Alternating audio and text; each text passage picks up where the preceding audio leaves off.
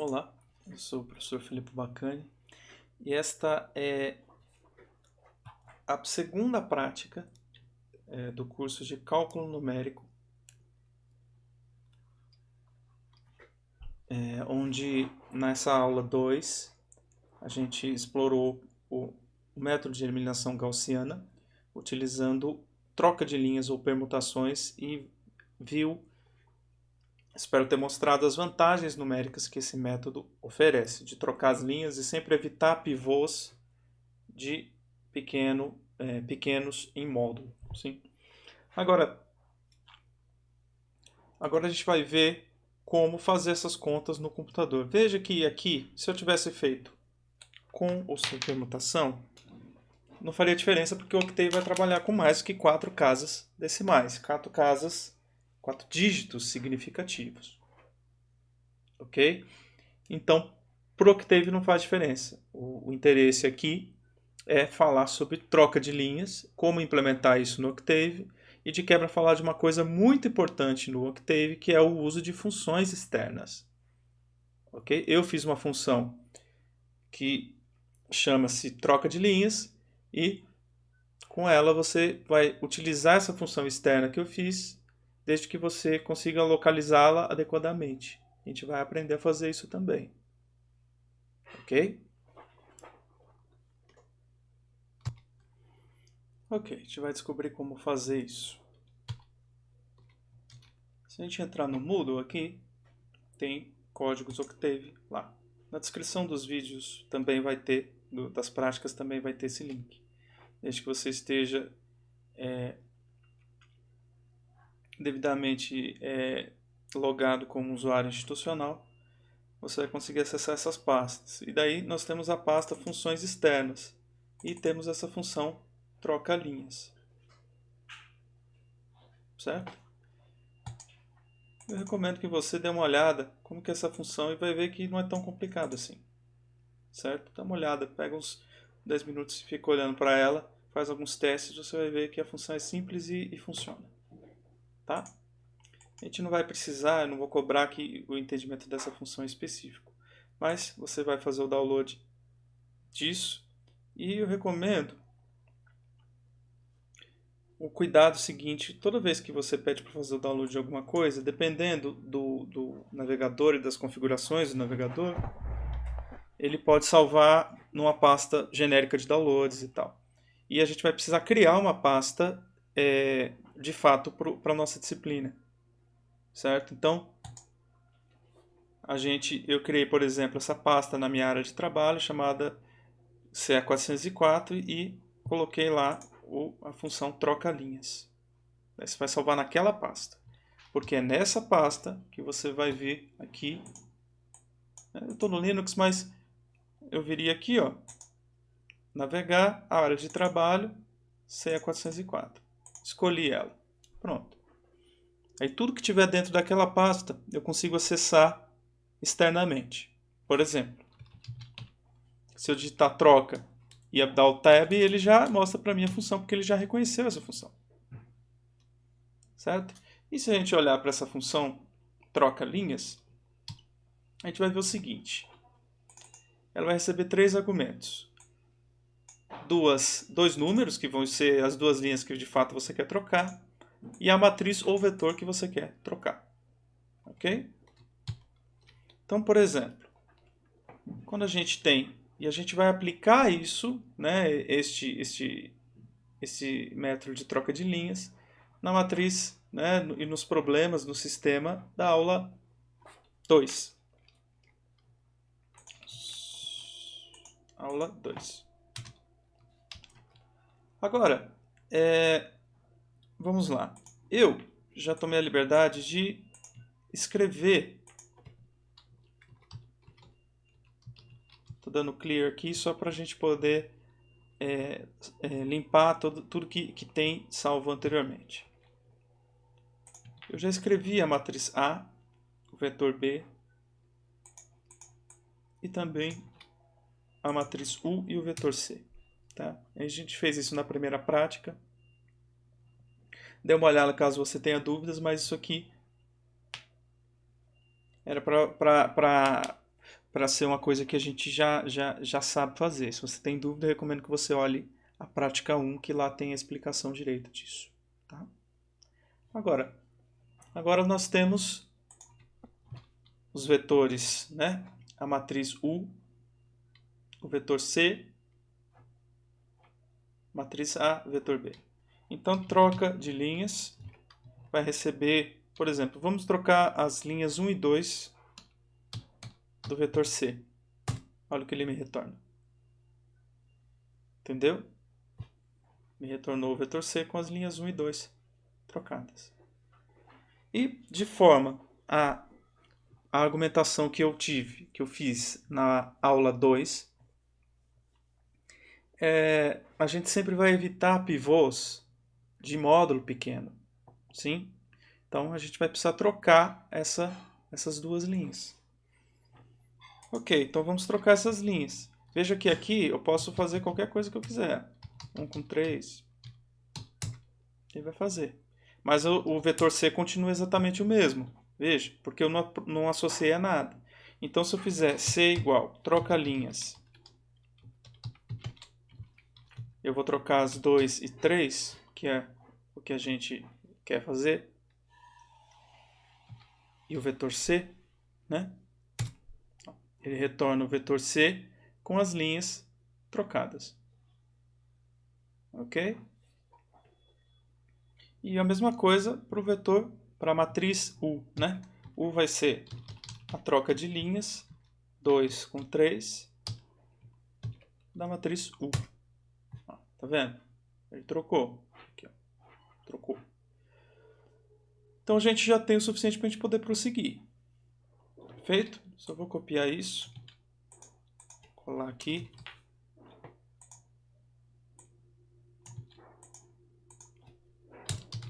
Para que fique salva essa prática também lá na pastinha do Drive para você poder olhar.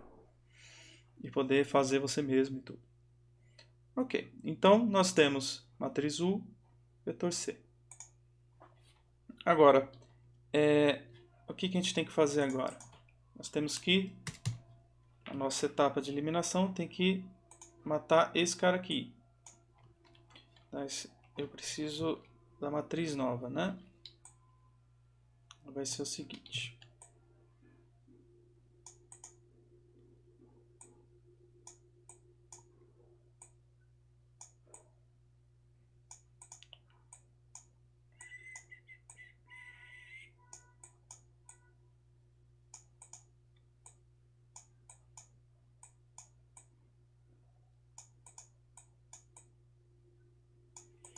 É isso mesmo. 2,5. Deixa eu só colocar a vírgula ali.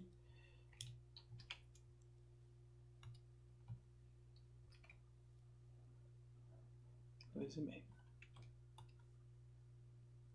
Ok, então vamos lá. A gente tem que matar esse elemento aqui, né? Lembrando, né? Que MJ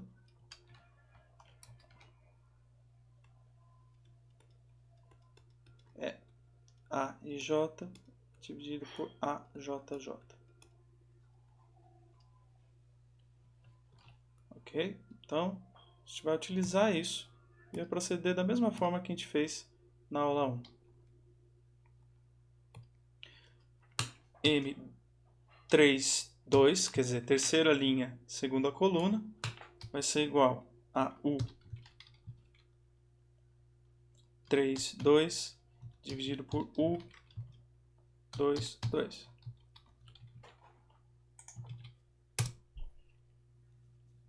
Certo? Que é o mesmo multiplicador, inclusive, da aula 2.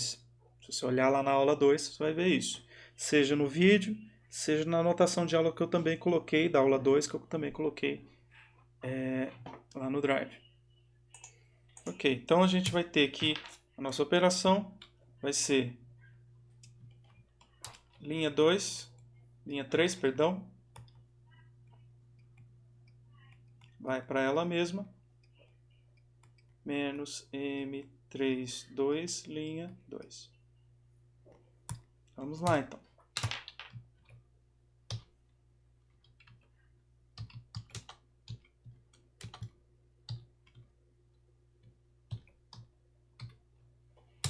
Então vamos lá. O linha 3, todas as colunas, igual linha 3, todas as colunas, menos M32 vezes linha 2.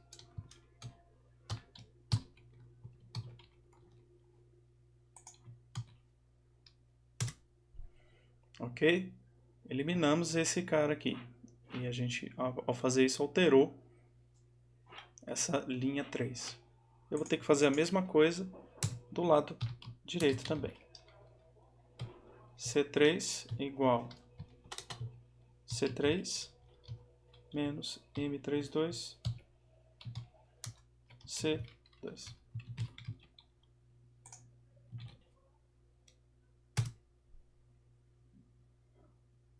Ok? E daí, portanto, a gente tem exatamente o sistema que nós tínhamos quando nós fizemos a troca de linhas.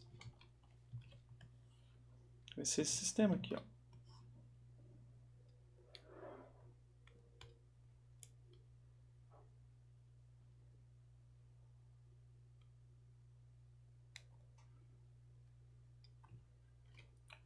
Então, aqui é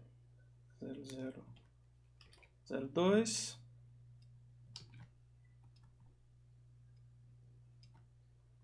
Seis zero zero um, perdão,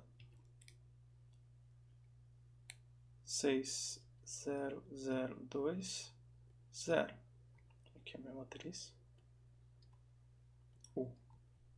Ok? E daí a gente procede da mesma forma.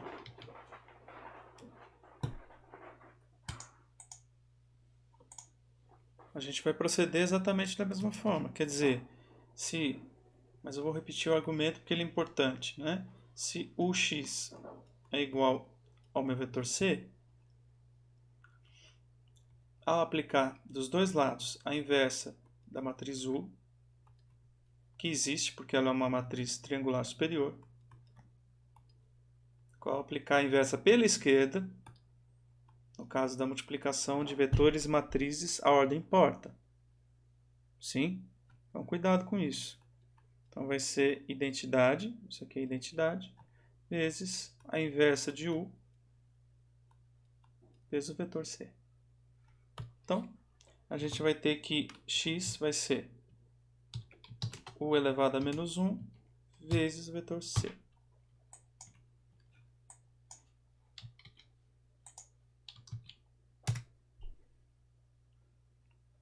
Então, a solução é 1 menos 1 e um número elevado a 10 a menos 16. Se a gente voltar na aula, ó, a solução era 0, menos 1 e 1.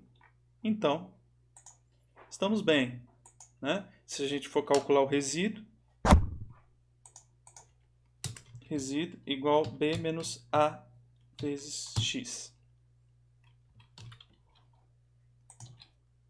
O vetor resíduo com elementos da ordem de 10 a menos 15. Norma do vetor R. Quer dizer, um elemento, né, uma coisa da ordem de 10 a menos 15 aqui. Ok? Então, uma coisa interessante é o seguinte. A gente calcula o resíduo com a matriz A original e o sistema, né? O sistema original ou o sistema transformado, que é esse aqui, né? O x igual a c ou ax igual a b. Eu recomendo que você trabalhe aqui porque essa matriz e esse sistema aqui, ele possivelmente tem erros de arredondamento.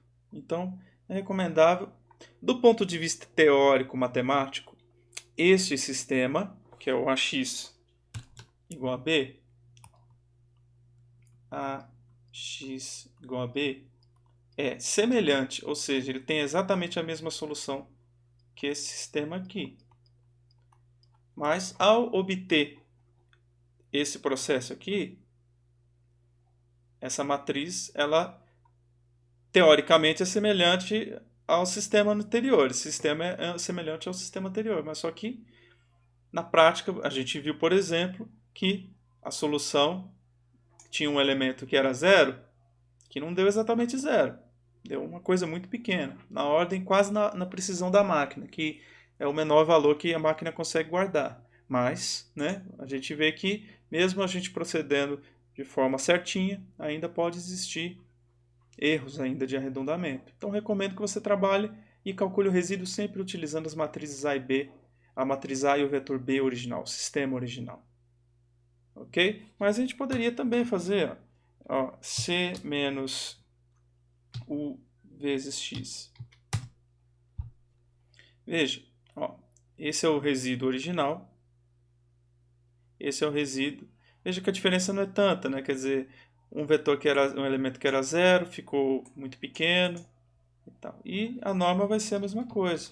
Se eu calcular a norma disso aqui, vai ser uma coisa de mesma ordem. Quer dizer, o número não deu o mesmo, mas a ordem de grandeza de 10 a menos 15 foi atingida.